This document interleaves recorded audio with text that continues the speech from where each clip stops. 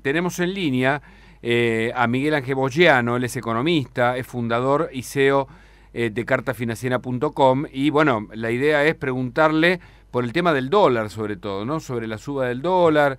Hubo muchos movimientos en la City, controles de gendarmería, arbolitos que ya parecen ser un bosque o una selva, y queremos justamente que nos ayude, que nos ilumine un poco esta zona de la economía que tanto preocupa siempre a los argentinos. ¿Qué tal, Bogiano? Mucho gusto. ¿Qué tal? Mucho gusto, gracias por la invitación. Un placer. Bueno, lo primero es eso, ¿no? ¿Cuál es el presente? ¿Qué se espera que ocurra en el mercado de cambio? Y a su vez, ¿qué se va a encontrar el próximo gobierno, sea quien sea, en ese escenario? Bueno, lo primero para comentar es que apenas se supo la noticia de que Zanini iba a ser quien acompañara a Scioli en la fórmula. Sí.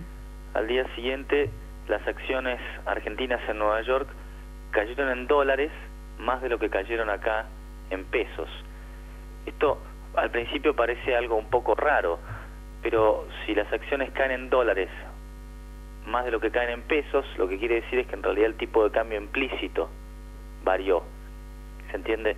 Cayeron en promedio un 5% en dólares y en pesos cayeron un 2%. Entonces es como si el tipo de cambio hubiera aumentado, porque ahora equivalen a más pesos esos mismos dólares que están en Estados Unidos. Es decir, si la acción de YPF cayó menos pesos en Buenos Aires que los dólares que cayó en Estados Unidos, quiere decir que para comprar una acción de YPF ahora tengo que poner más pesos que antes.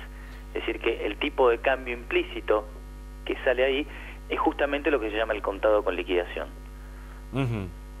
¿De acuerdo? Lo que pasó fue simplemente que hubo efectivamente una variación de tipo de cambio por ese lado. Cuando la gente se pregunta por el blue, o por el dólar paralelo, o el dólar libre, diferentes nombres que hay, en realidad lo que tienen que entender es que es un reflejo de este otro dólar de contado con liquidación, que no es más que el tipo de cambio implícito de cuánto sale comprar la misma acción en Buenos Aires y cuánto sale comprar esa misma acción en Nueva York. Lo que pasó fue que justamente hubo esta variación que yo describía recién, y que en consecuencia es lo que movió al dólar. Después el dólar blue reacciona frente a lo que hace este dólar de contado con liquidación, que es el dólar donde efectivamente se hacen las transacciones grandes, ¿no? Es el dólar que queda implícito ahí.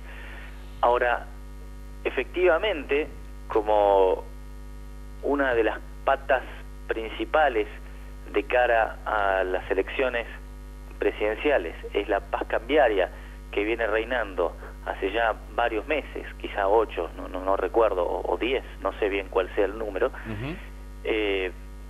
Efectivamente, como es una pata central de la campaña electoral, bueno, digamos que todas las alarmas se encendieron para aplicar controles y multas de todos los colores, como leí hace poco que no sé si son hasta 10 entidades que tienen más o menos multas o apercibimientos de diferente índole, por, bueno, uno tendría que ver bien por qué motivos. Muchas veces terminan siendo por detalles que parecieran ser casi nimios, ¿no?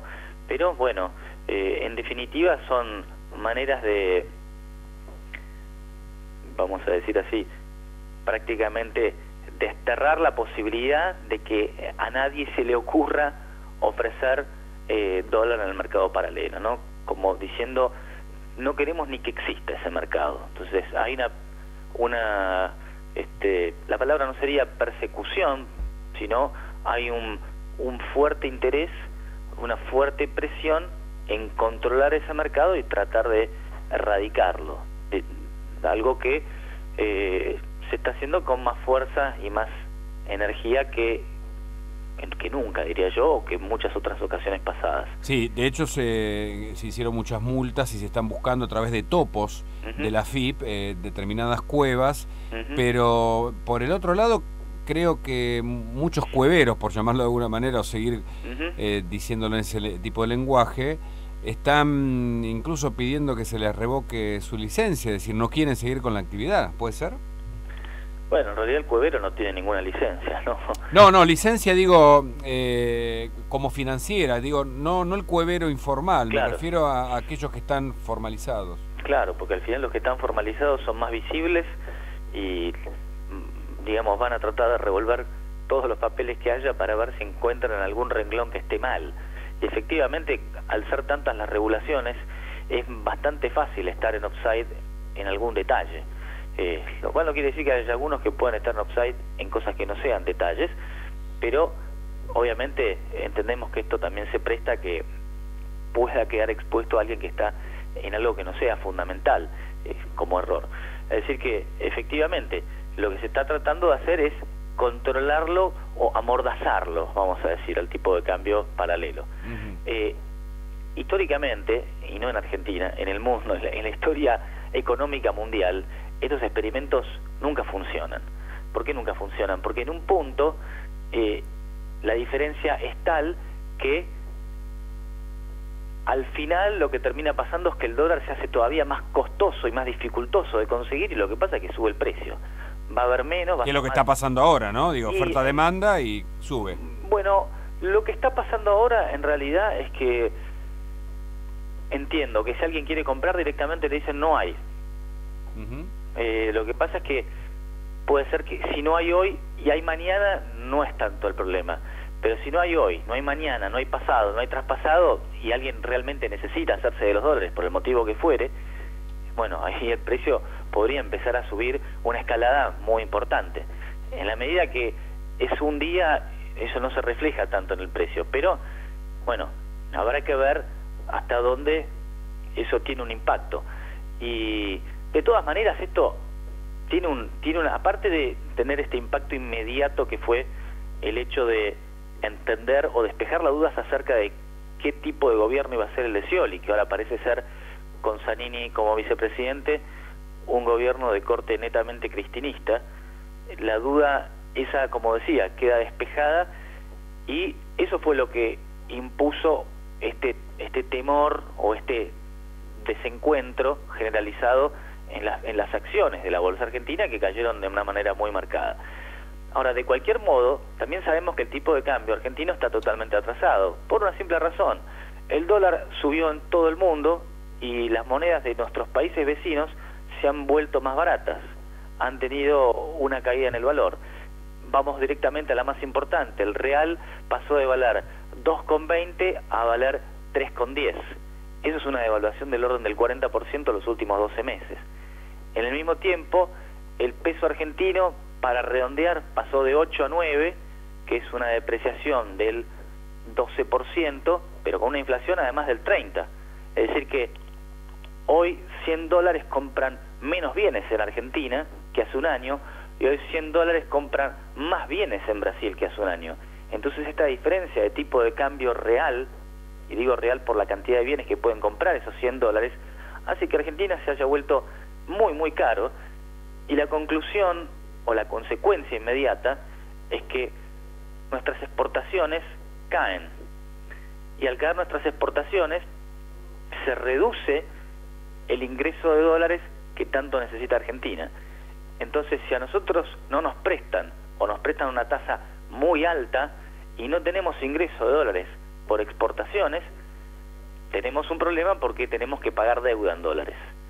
Y esa deuda en dólares termina siendo pagada con dólares que tenga el Banco Central. Todo esto es un círculo vicioso que lo que hace es poner más presión al precio del dólar. Con lo cual es esperable que gane quien gane, sea Scioli, sea Macri, sea Massa, el tipo de cambio no va a estar en donde está ahora, en los niveles de 9, y habría que pensarlo, bueno, cómodamente más arriba, ¿no? Y es difícil hacer estimaciones de dónde podría estar, pero un oficial por encima de 12 no suena para nada descabellado. 12, 13, 15 también, bueno, quizá. Pero el retraso cambiario de Argentina es muy marcado, y hay decenas de estadísticas que lo marcan, y se sabe que no estamos en una situación sostenible, sino que están tratando de mantener todo con alambres hasta las elecciones, con esta símil paz cambiaria que, bueno, ahora parece amenazante es por eso que se han preocupado tanto por intentar desmantelarla automáticamente, ¿no? Es decir, parece un laberinto realmente, ¿no? Porque pensemos que este gobierno comenzó justamente con bueno, con esa plusvalía en las exportaciones a partir de un tipo de dólar que ahora evidentemente no llega a la Argentina porque se compran, como bien vos decís, menos bienes y servicios y lo contrario está ocurriendo en Brasil. Entonces eso genera, bueno, la necesidad de dólares y la gente sale al mercado obviamente a buscarlos. Y por otro lado, para terminar con lo macro y lo que esto significa para la gente, te quería hacer un paréntesis sobre este fallo en donde se obliga al deudor, o sea, a devolver los dólares, pero como el deudor no puede conseguir los dólares, digamos, blue, por decirlo de alguna manera, los devuelve en el dólar oficial, con lo cual, digamos, el acreedor recibe menos del dinero que prestó, ¿no? Tal vez. Bueno, si querés, voy un poquito más allá y vayamos a la conclusión inmediata o al corolario de eso que estás diciendo. Sí. Esto abre la puerta de que el Boden 15 se pague en pesos. No es lo inmediato. ¿Pero es posible eso? Digo, sí. A ver, pierde toda la credibilidad. Digo, si el Boden 15 se paga en pesos, creo que... Sí. Bueno, efectivamente.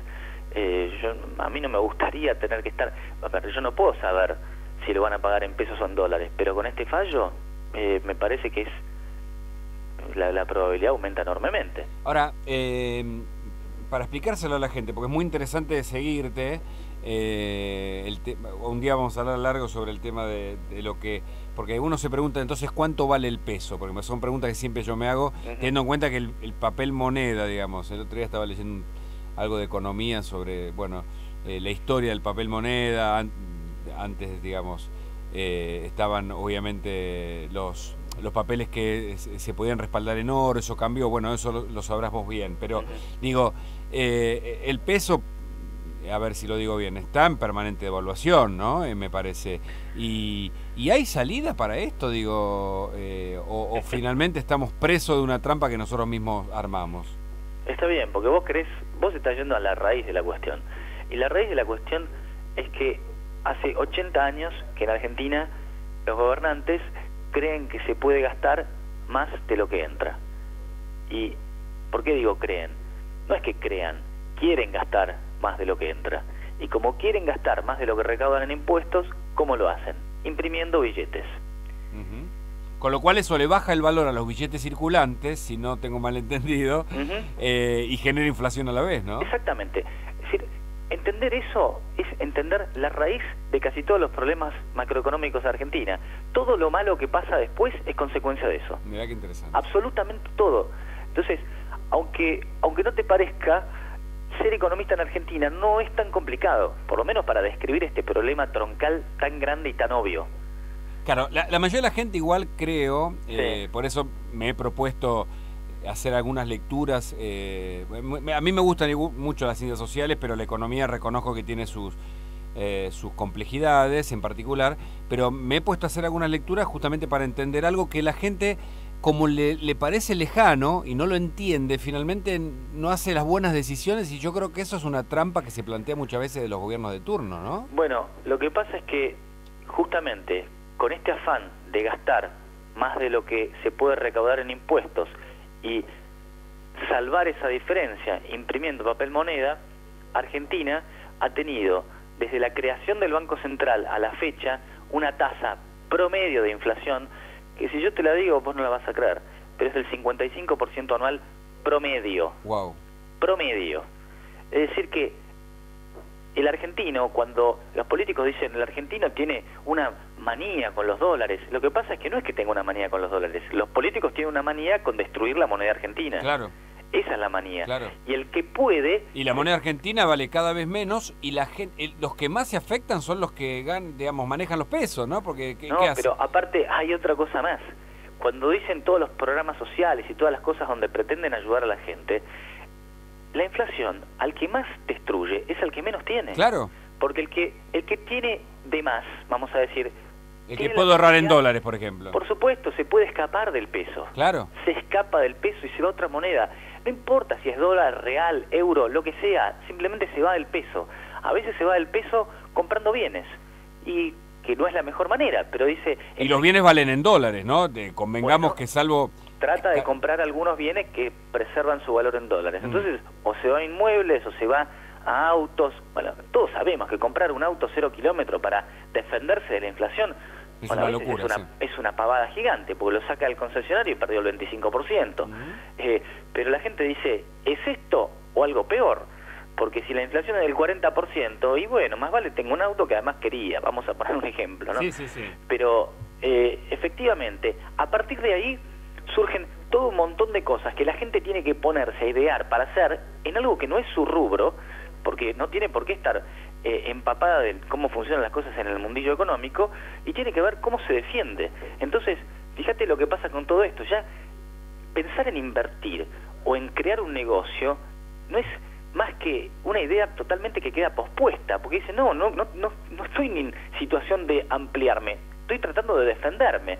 ¿Por qué? Porque sé que todos los años, si yo no hago nada, la plata que tengo en el bolsillo vale 30% menos o 40% menos, el número que sea de inflación que quieran. Porque incluso el número del INDEC, que es la mitad de lo que es el índice de inflación del Congreso, también es disparatadamente alta. Porque si fuera 15%, como dice el INDEC, que todos sabemos que no lo es, sigue siendo un número inusitado en el mundo.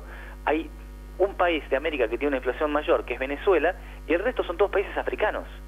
Son todos países africanos donde, bueno, hay muchísimos otros descontroles de otro tipo, pero la inflación en el mundo no es más un problema.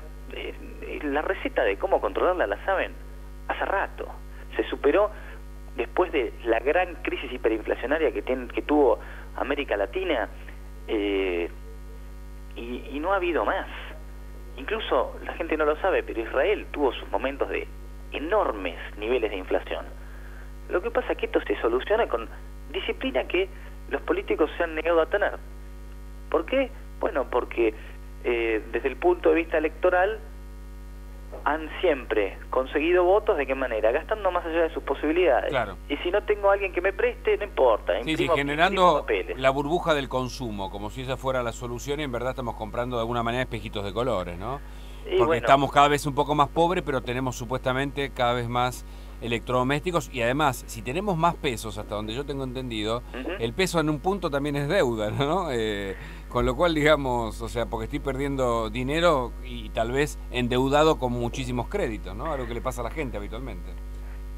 Ha pasado eso, y bueno, es otro tema un poquito más complejo, sí, claro, pero digamos, mucha de la deuda esa la ha tomado el Banco Central.